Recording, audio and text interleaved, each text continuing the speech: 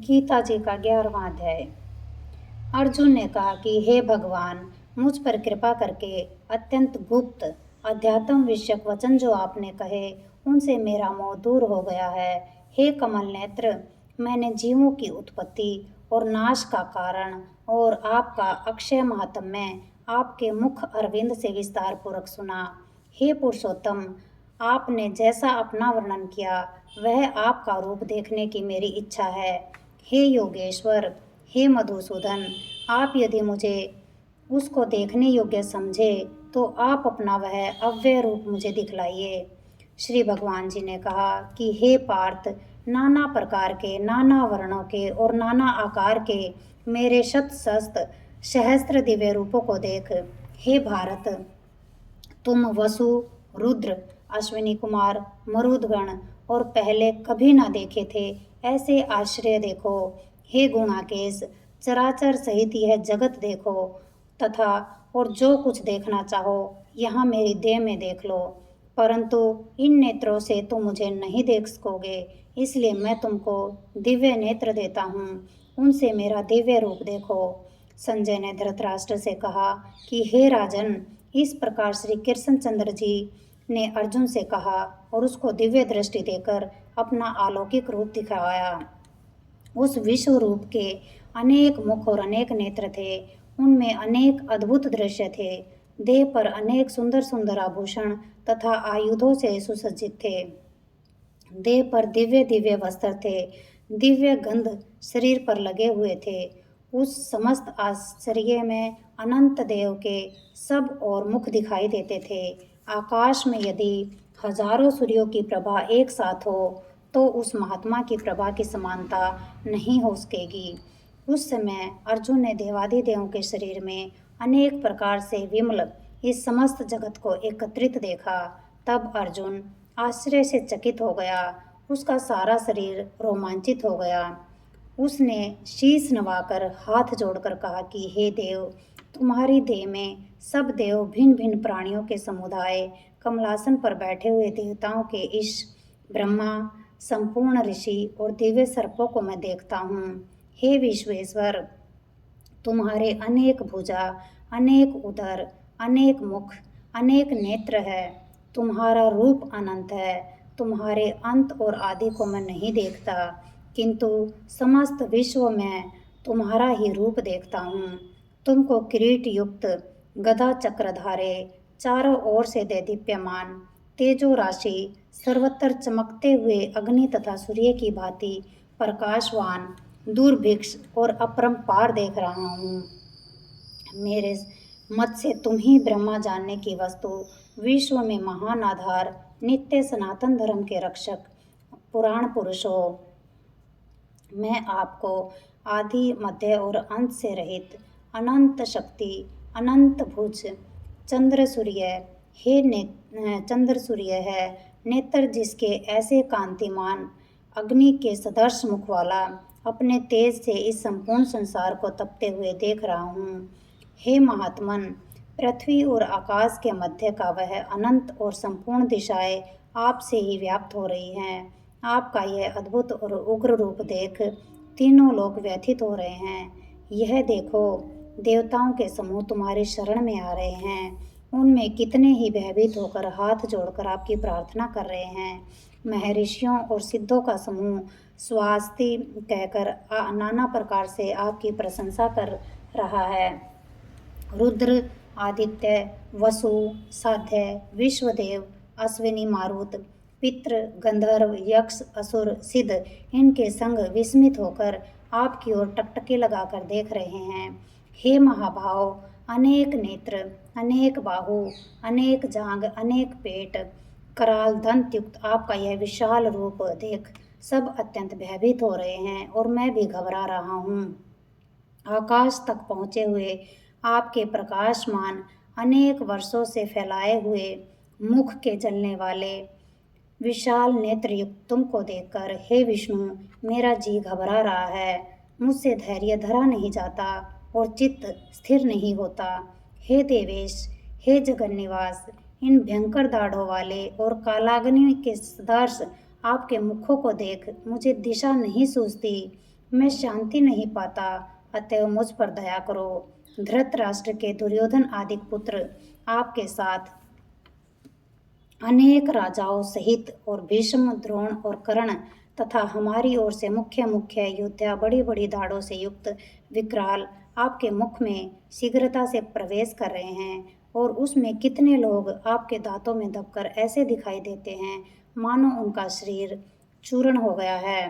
जैसे नदियों की अनेक जलधाराएं जब समुद्र की ओर बहती है, वैसे ही ये मनुष्य लोग के वीर आपके प्रज्वलित मुखों में प्रवेश कर रहे हैं। अग्नि में पतंगे जैसे गिरते यह सब लोग भी अपने नाश के लिए आपके मुख में बड़ी तेजी से प्रवेश कर रहे हैं। हे विष्णु, जलते हुए मुखों के चारों ओर से सब वीरों को निगलकर आप जीभ चाट रहे हैं। आपकी तीक्ष्ण प्रभाएं समस्त संसार को तेज से व्याप्त कर तृप्त कर रही हैं। यह भयानक रूपधारी कौन है? यह मुझसे कहो। हे देवेश्वर, आपको नमस्कार है, मुझ पर आप प्रसन्न हो। हे जगतकर्ता आदि पुरुष, आपको जानने की मैं इच्छा रखता हूँ, क्योंकि आपकी यह प्रवृत्ति मेरी समझ में नहीं आती। श्री भगवान बोले, संसार का नाश करने वाला मैं उग्र काल हूँ, समस्त जनों का संहार करने के लिए आया हूँ। तुम्हारे युद्ध न करने पर भी ये वीर जीवित नहीं रह सकेंगे, अतएव तुम उठो, शत्रुओं का संहार कर यश को लेकर इस समृद्धशाली राज्य का भोग करो। हे सव्यसाचिन, उनको मैंने पहले ही मार रखा है, तुम केवल निमित्त हो जाओ। मेरे मारे हुए द्रोण, भीष्म, जयद्रथ, कर्ण और अन्य योद्धाओं को मारो। घबराओ मत, युद्ध करो, तुम संग्राम में शत्रुओं को जीतोगे। संजय ने कहा, इस प्रकार श्री कृष्ण जी के वचन सुन मुकुटधारी अर्जुन हाथ जोड़कर कंपित और भयभीत हुए।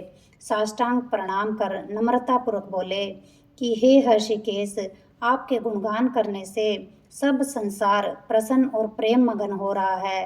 राक्षस डर कर दिशाओं की ओर भागते हैं और सिद्ध पुरुष आपको नमस्कार करते हैं, सो ठीक है।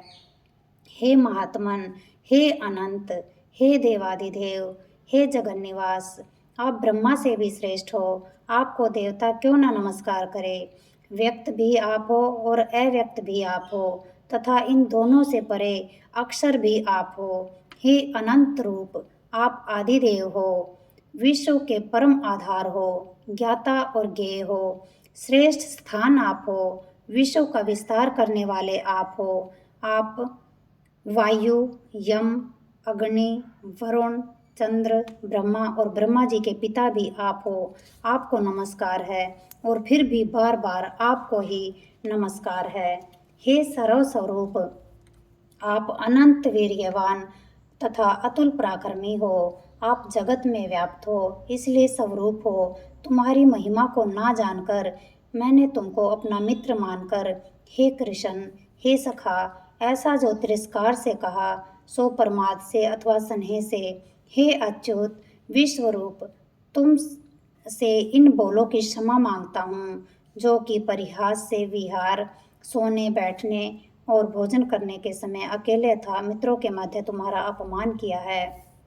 तुम इस स्थावर जंगम रूप लोक के पिता, पूज्य और महान गुरु हो। त्रिलोकी में भी तुम्हारे समान कोई नहीं है। तुमसे अधिक अतुल प्रभाव कहाँ से होगा। इसलिए हे ईश, तुमको सिर झुकाकर प्रणाम करके यही प्रार्थना करता हूँ कि मुझ पर कृपा करो।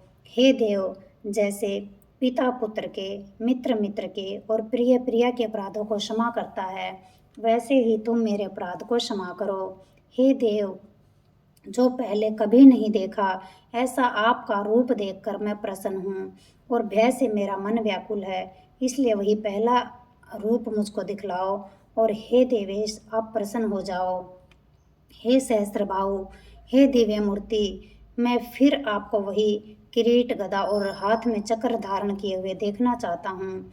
श्री कृष्ण भगवान ने कहा कि हे अर्जुन, मैंने प्रसन्न होकर यह तेजोमय, अनंत, आद्य और विश्व रूप अपने योग के प्रभाव से तुमको दिखलाया है, जिसको तुम्हारे अतिरिक्त इससे पहले किसी ने नहीं देखा था।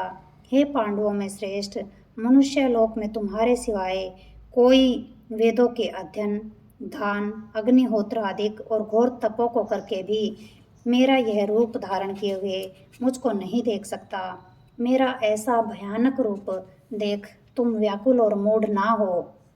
भय त्याग, प्रसन्नचित होकर फिर तुम मेरा वही रूप देखो। संजय ने कहा। श्री कृष्ण जी ने फिर अपना चतुर्भुज रूप दिखलाया और सौम्य रूप धारण कर लिया। उस महात्मा ने अर्जुन को, जो भयभीत था, धीरज बंधाया। अर्जुन ने कहा कि हे जनार्दन, आपके इस सौम्य दिव्य मंगल रूप को देखकर अब मैं प्रसन्नचित हो स्वस्थता को प्राप्त हुआ। श्री कृष्ण बोले कि हे अर्जुन, मेरा यह विश्व रूप तुमने देखा है, इसका दर्शन संभव नहीं है। देवता भी इस रूप के दर्शन की आकांक्षा करते हैं। हे अर्जुन, जैसे मेरा रूप तुमने देखा है, मेरे रूप को वेदाध्ययन, तप, दान और यज्ञ आदि कर्म द्वारा देखना भी असंभव है। हे अर्जुन, हे परंतप, मेरा जो विश्व रूप है, इसको मनुष्य अनंत भक्ति द्वारा जान सकते हैं और तत्व ज्ञान द्वारा इसमें लीन हो सकते हैं। हे अर्जुन, जो कोई मनुष्य मेरी ही भक्ति के लिए कर्म करते हैं, मुझको ही सर्वोत्तम मानते हैं, मुझ में ही भक्ति रखते हैं, सब सांसारिक सुखों से मुख मोड़ चुके हैं, संपूर्ण प्राणी मात्र से बैर त्याग चुके हैं, वे ही मुझको प्राप्त हो सकते हैं। इति श्रीमद्भगवद्गीता उपनिषत्सु ब्रह्मा विद्या योग शास्त्रे श्री कृष्ण अर्जुन संवादे विश्वरूप दिव्य नाम एकादशो नाम अध्याय समाप्त। 11वें अध्याय का महात्म्य। श्री नारायण जी बोले कि हे लक्ष्मी, अब 11वें अध्याय का महात्म्य सुन। तुंगभद्र नामक नगर था, जिसके राजा का नाम सुखानंद था। वह श्री लक्ष्मी नारायण की सेवा बहुत करता था। वहाँ एक ब्राह्मण बड़ा विद्वान पंडित रहता था। वह ब्राह्मण नित्य गीता जी के 11वें अध्याय का पाठ करता था और राजा भी वह नित्य लक्ष्मी नारायण जी की सेवा करता था और पाठ भी नित्य श्रवण किया करता था। ऐसा करते करते बहुत काल व्यतीत हुआ। एक दिन राजा घर को गया। उस दिन अतीत देशांतर फिरते फिरते नगर में आए। अतीतों ने राजा से कोई जगह मांगी। राजा ने बड़ी हवेली खुलवा दी जहाँ अतीत उतरे। राजा ने सीधा दिया, रसोई कर। अतीत बड़े प्रसन्न हुए और अमृत लेके राजा उनके दर्शन को गया। राजा का बेटा भी साथ था, कई भृत्य साथ थे।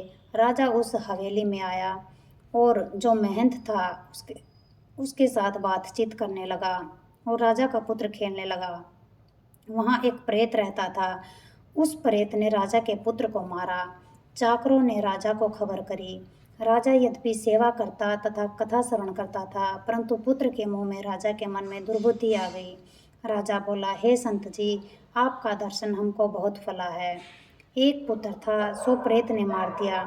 तब ब्राह्मण ने कहा, हे राजा जी, चलो देखे कहाँ है तेरा पुत्र। राजा, ब्राह्मण और महंत भी वहाँ आए जहाँ राजकुमार मरा पड़ा था। तब ब्राह्मण ने कहा, अरे प्रेत, तू इस लड़के पर कृपा दृष्टि कर, जो यह लड़का जी उठे और मैं तुझे गीता जी के 11वें अध्याय का पाठ सुनाता हूँ। तू उसे श्रवण कर, इससे तेरा कल्याण होगा। विप्र ने गीता के 11वें अध्याय का पाठ किया और प्रेत पर जल छिड़का। तत्काल प्रेत की योनि से छूटकर देवदेही पाई और राजा का पुत्र उठकर सावधान हुआ। प्रेत श्याम सुंदर चतुर्भुज रूप होके खड़ा हो गया।